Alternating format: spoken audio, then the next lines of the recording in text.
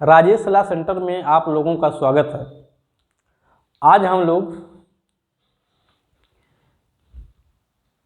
स्त्री के प्रति होने वाले एक और कुकृत्य पर चर्चा करेंगे। सही शब्द नहीं है ये, नंगा करने के आशय से स्त्री पे हमला करना या आपराधिक बल का प्रयोग करना। अगर इस तरह से कोई भी व्यक्ति करता है तो कहीं से भी इसको जायज नहीं ठहराया जा सकता।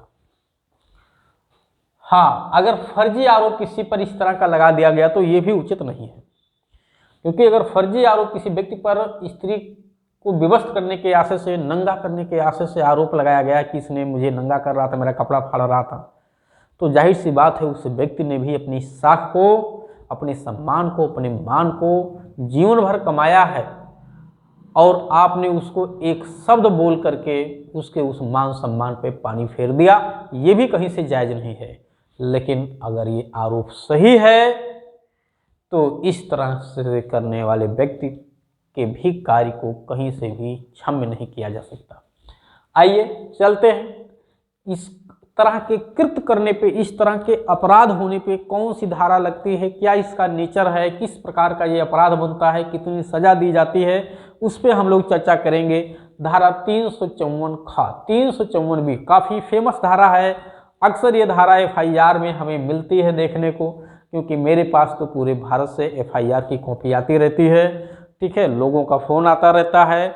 कुछ लोग निर्दोष हैं जिनको फंसाया गया है, कुछ दोषी हैं जिन पे वो धारा बनी है, उन्होंने वो अपराध किया है, तो उसके लिए क्या सज़ा है, किस प्रकार का अपराध का नेचर है, कि गिरफ्तारी होगी कि नहीं होगी, इन सभी पे, साथ ही साथ पॉक्सो एक्ट लगा हुआ है और SC/ST एक्ट लगा हुआ है तो उसका भी क्या प्रभाव होगा, पॉक्सो एक्ट या SC/ST एक्ट नहीं लगा हुआ है तो उसका क्या प्रभाव होगा, केवल 354B लगा हुआ है।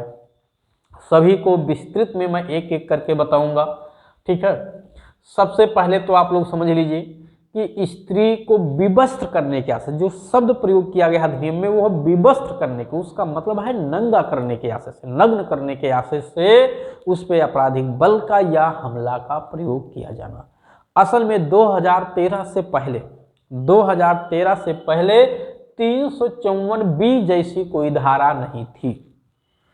स्त्री का लज्जा भंग करने के आशय से या उसको नंगा करने के आशय से, ठीक है, कोई भी आपराधिक बल का या हमला किया जाता है तो उस पे 354 का ही अपराध बनता था। तो 2013 से पहले के जितने भी FIR होंगे इस तरह के कार्यों के लिए, उसमें केवल धारा 354 ही लगी होगी, 354B नहीं मिलेगी। लेकिन 354B को 2013 से एक अलग धारा बना दिया गया जब इस तरह का कृत्य किया जाएगा तब। तो जो बच्चे तैयारी कर रहे हैं उनके लिए भी काफ़ी फायदेमंद है, क्योंकि मैं यहाँ पे व्यवहारिक पक्ष को और सैद्धांतिक पक्ष को दोनों को एक साथ जोड़ के बता रहा हूँ। ठीक है, हाँ, ये इन्फॉर्मेशन उन बच्चों के लिए है जो LLB करने के लिए सोच रहे हैं, कर रहे हैं या कर चुके हैं और तैयारी के क्षेत्र में आना चाहते हैं इस फील्ड में, कि उनको न्यायिक सेवा की तैयारी करना है या APO की तैयारी करना है, CGS की तैयारी करना है, तो उनके लिए काफ़ी फ़ायदेमंद होगा। हमारे यहाँ ऑनलाइन और ऑफलाइन दोनों प्रकार की क्लास लगातार तैयारी के संदर्भ में संचालित की जा रही है। जिस किसी बच्चे को क्लास ज्वाइन करना है वो सुविधानुसार अपने इस नंबर पर संपर्क करके क्लास ज्वाइन कर सकता है। साथ ही साथ किसी भी व्यक्ति को अगर कोई जानकारी लेना है, लीगल एडवाइस लेना है, चाहे वो IPC के अपराधों को लेकर के हो, ज़मीन का कोई मामला हो या अन्यथा कोई भी मैटर हो, तो आप इस नंबर पर संपर्क करके जानकारी भी प्राप्त कर सकते हैं। चलिए हम लोग सबसे पहले आते हैं इसमें स्त्री को नंगा करने के आशय से, यानी स्त्री को विवश करने के आशय से अगर कोई कार्य किया गया है तो उस पे किस तरह से धाराएं बनती हैं, किस तरह का अपराध होता है, सब पे डिटेल से चर्चा करते हैं।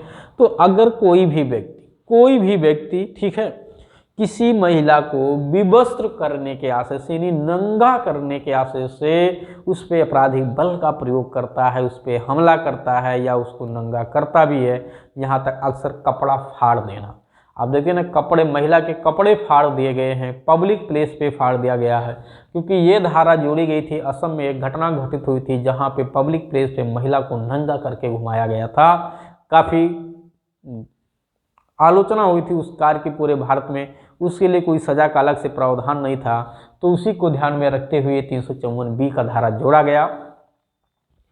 तो अब अगर कोई भी व्यक्ति किसी स्त्री को विवस्त्र करने के यानी नंगा करने के आशय से उसके कपड़े को फाड़ता है, कपड़े को खींचता है, ठीक है, तो उस पर और खींचने के लिए क्या करता है, आपराधिक बल का प्रयोग करता है या हमला का प्रयोग करता है। अगर वो किसी खतरनाक जानवर को भी छोड़ दिया जिसको जानता है कि वो महिला के कपड़े को नोच डालेगा, फाड़ देगा, महिला नंगी हो सकती है, तो ऐसी स्थिति में भी उस पर 354B का मुकदमा बनता है।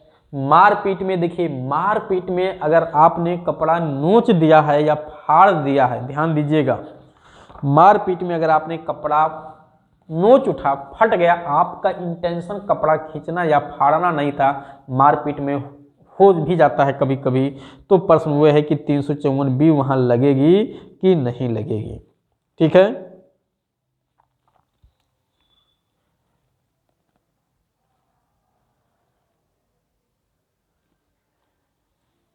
तो नहीं लगेगी। ध्यान दीजिएगा, मैं देख लिया हूं, थोड़ा सा कंफ्यूजन था कि 354B तब लगेगी जब पब्लिक प्लेस पे इस तरह का कार्य किया जा रहा हो, पब्लिक प्लेस पे, प्राइवेट प्लेस पे नहीं। पब्लिक प्लेस का मतलब है कि जहाँ पे अन्य लोग भी आ जा सकें, वहाँ से और लोग भी देख सकें, ऐसे स्थिति में जैसे किसी महिला को बंद कमरे में मारा गया है, ठीक है, वहाँ कपड़े उसके फाड़ दिए गए हैं, तो पब्लिक प्लेस की श्रेणी में नहीं आएगा, वो और धाराएं बनेंगी वहाँ पे, लेकिन 354B का अपराध नहीं बनता है। तो पब्लिक प्लेस पे स्त्री को का जो है विवश करने के आशय से उस पर आपराधिक बल या हमला का प्रयोग किया गया, यानी उसके कपड़े को फाड़ा गया है, ठीक है, उसको नंगा किया गया है, तो वहाँ पे ये अपराध बनता है। लेकिन मारपीट में आपका ऐसा कोई इरादा नहीं था, लेकिन उस मारपीट के दौरान झगड़ा हुआ दो गुटों में, दो घरों में, आपस में ज़मीन को लेकर के, किसी भी बात को लेकर के, और उस मारपीट में कपड़ा महिला का खींच गया, ठीक है, तो वहाँ पे आप ये नहीं कह सकते हैं कि वो स्त्री को विवश करने के आशय से ऐसा किया। यद्यपि वो व्यक्ति भी अपमानित हुआ, उसको भी आत्मग्लानि हुई, रही ये क्या हो गया मुझसे, ठीक है, क्योंकि अगर उसका इंटेंशन नहीं था उस तरह से महिला को नंगा करने का, विवश करने का, तो अगर ऐसा हो गया तो उसको भी कहीं ना कहीं अपने को क्षेप महसूस होगा कि ये गलत हो गया मुझसे, ये नहीं होना चाहिए था। मारपीट अलग की बात है और ये अलग की बात है, तो वहाँ पे 354B का अपराध नहीं बनता है। ठीक है, हाँ, एक ये ध्यान रखिएगा, अगर कोई दो महिलाएं आपस में लड़ रही हैं और किसी महिला ने दूसरे महिला का कपड़ा नोच डाला, फाड़ डाला, नंगा कर दिया, तो वहाँ पे 354B का अपराध नहीं बनेगा। वो 354 का अपराध बन जाएगा, लेकिन 354B का अपराध महिला पे नहीं बनेगा। 354B का अपराध केवल पुरुष कर सकता है, महिला नहीं। तो वहाँ पे 354B बनेगा। अगर उस महिला की उम्र 12 साल, वो 18 साल से कम है, तो पॉक्सो की धारा भी 11/12 लग जाएगी वहाँ पे। ठीक, SC/ST की धारा 3(1)W 1(1) 3(1)बा लग जाएगा, यानी 3(1)W या 3(1)बा एक ही धारा है। इंग्लिश में W कहते हैं, हिंदी में बा कहते हैं, और 3(2)B ये भी लग जाती है उसमें SC/ST की। अगर वो महिला यानी पीड़िता SC/ST जाति से आती है तो ये SC/ST की धारा भी लगी मिलेगी आपको। अगर महिला की उम्र 18 साल से कम है तो ये पॉक्सो की भी धारा लगी मिलेगी, और 354B तो ये लगेगी ही, चाहे महिला माइनर हो, SC/ST की हो या ना हो, इससे मतलब नहीं है। तो ये धारा इन दोनों के साथ हो सकती है, या किसी एक के साथ भी हो सकती है, या अकेले भी हो सकती है, लेकिन ये हमेशा रहेगी। अब ये धारा जब लगती है किसी पे तो कितनी सजा दी जा सकती है, तो गंभीर धारा है, ध्यान दीजिएगा। 3 साल अगर दोषी पाया गया तो 3 साल कम से कम उसको जेल में रहना पड़ेगा, जो अधिकतम 7 साल तक हो सकता है। ठीक है, अपराध की प्रकृति गंभीर प्रकृति का अपराध माना जाता है। इसमें FIR तुरंत लॉन्च हो जाएगी। अगर किसी व्यक्ति की FIR नहीं लॉन्च हो रही है, ठीक है, या फर्जी FIR दर्ज करा दिया गया है, तो कैसे बचे, इसके लिए मैंने ऑलरेडी ये नंबर दिया है, आप इस नंबर पे संपर्क करके अपनी सुविधानुसार जानकारी ले सकते हैं।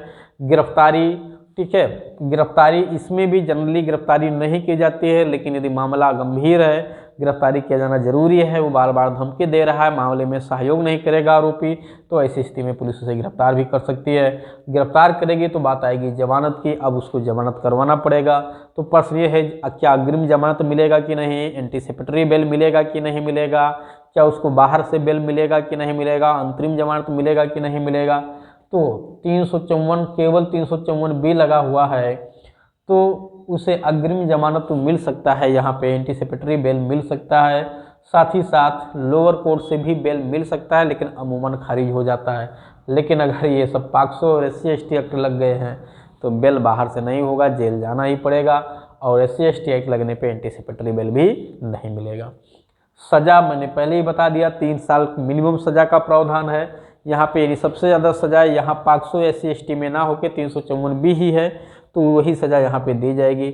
अगर किसी व्यक्ति को फर्जी तरह से फंसा दिया गया है, ठीक है, गलत तरह से अगर किसी को फंसा दिया गया, क्योंकि अक्सर बहुत सारे मामले ऐसे भी हैं जिसमें गलत तरीके से भी लोगों को फंसाया जाता है, क्योंकि मेरे पास तो फ़ोन आते ही रहते हैं, पूरे भारत से आते हैं, भारत के कोने कोने से आते हैं, ठीक है, मुझे अच्छी तरह से पता है।